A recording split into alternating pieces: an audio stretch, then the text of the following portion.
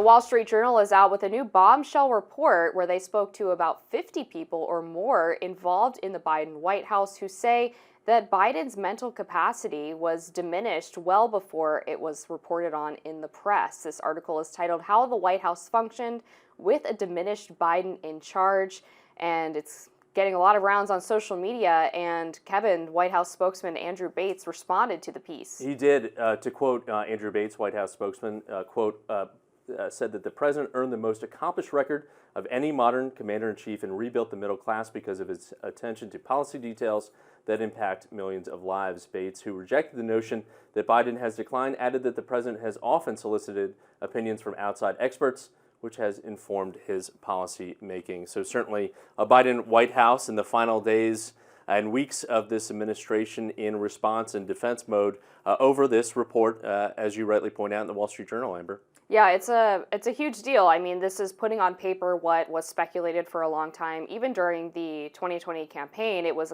sort of a calling card of Trump and his allies to say that it was Basement Joe, staying in the basement, Sleepy Joe, right? That he had this poor physical and mental performance. But this was rejected as a conspiracy theory at the time. Now this Wall Street Journal article with, again, nearly 50 sources, including people as high as aides to cabinet members and senior level officials, saying actually as early as spring of 2021, they were canceling meetings on Biden's behalf because he had good days and bad days. Which we all do from time to time. I know I'm guilty of having a bad day from sometimes. But listen, I think the debate was certainly so shocking over the summer in June. And, you know, I went back in preparation of that debate and watched the previous debates, to your point, from 2020. And you can clearly see a difference in Joe Biden, the candidate Sure. in 2020, who ran a great campaign, still, you know, got the most number of votes of any presidential candidate in history in that 2020 election, taking the fight to incumbent President Trump.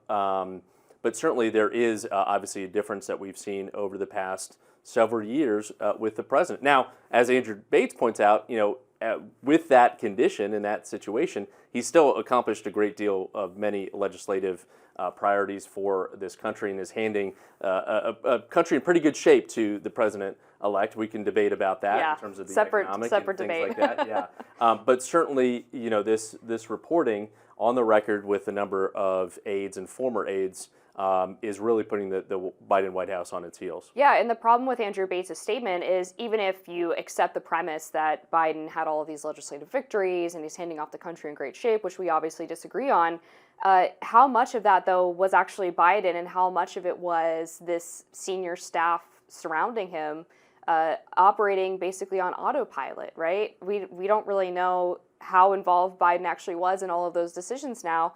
And one of the most concerning parts of this report is that people were noticing his decline before the Afghanistan withdrawal, which was the precise moment in his presidency where his approval rating plummeted because it was seen as such an international disaster that this withdrawal was done on an accelerated timeline compared to the plans that Trump had in place for this, that they left behind massive amounts of military equipment that the Taliban was able to get their hands on, that they abandoned Bagram Air Base to use that for the withdrawal, instead going to Kabul airport, where 13 service members were ultimately killed by a suicide bomber, many of whom their families have not even heard from Joe Biden since the dignified transfer. So to think that we have had a country for the past 4 years where the president was maybe not even all there, who knows, 80% of the time, most people are going to look at that and say, who the hell's been running the country?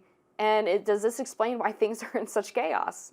Well, I think, too, I mean, the presidency is obviously more than one person. And again, you look at the achievements of this administration, there's no question that the president was in the driver's seat for most of those decisions and achievements. It's also a matter of the people that you surround yourself with. You compare that to Donald Trump, who I think went through 4 national security advisors, any number of cabinet officials.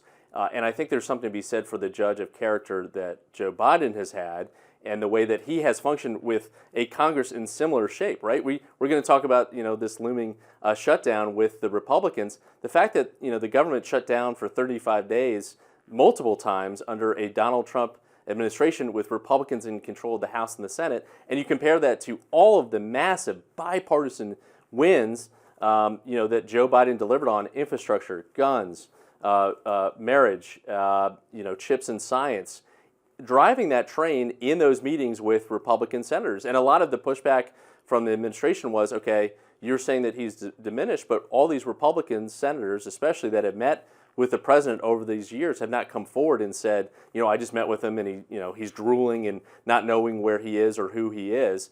I think that's fundamentally wrong. And I think this is kind of a gotcha moment coming out in the last couple of days of this administration. And again, as Andrew Bates, and as I would say as a former Biden surrogate, just look at the facts and what we've been able to accomplish. There were other reports prior to this, though. There was a similar Wall Street Journal report earlier this year, I think immediately following the debate, as well as a report from Olivia Nuzzi. Both had Republicans on the record saying, including Kevin McCarthy, saying that they noticed some things about Joe Biden and didn't think that he was fully up to the task of being president. So this is certainly not the first time. And I think a larger problem with this story coming out now is, again, there was speculation about this well before that disastrous debate performance. And people were told they were conspiracy theorists and that Biden was fine and that we were just seizing on moments where he was stuttering or going off script a little bit. And then everyone saw with their own two eyes what the reality was. So I just don't think people are going to be super surprised by this. But the fact that members of the administration are only willing to talk now that he's leaving power is a problem for me, because in order to have some level of integrity, especially in serving the American people, right? You are a public servant if you're working in the administration, and to have potentially actively covered up the commander-in-chief's mental and physical decline, that's not okay to me.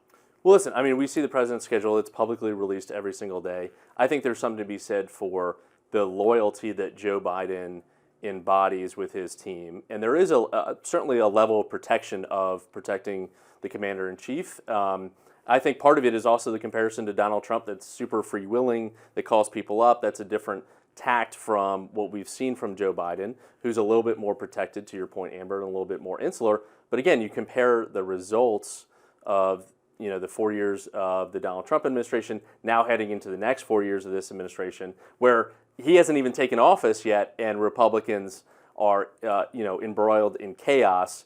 I take the steady leadership of Joe Biden, even if he is somewhat declining, comparative to the chaos that we're seeing on the right. And again, we'll just compare.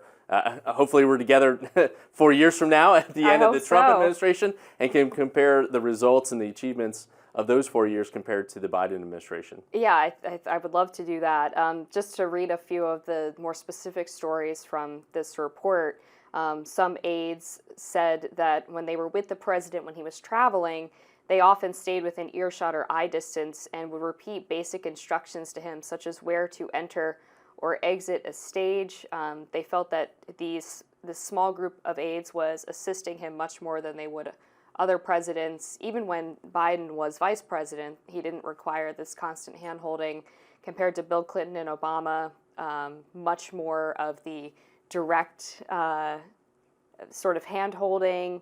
And we remember the leaks of the photos of the preparation sheets where it would say, it'd have a diagram on the piece of paper. Which we've seen with Donald Trump too, questions to ask and things like that, and briefings and tape on the ground in terms of arrows or where to go. That's nothing new for advanced teams. But I think maybe we can get some level of an agreement that older men in their 70s, late 70s, probably shouldn't be commander-in-chief, at least for a second term. Yeah, probably not. All right, we're going to leave it there.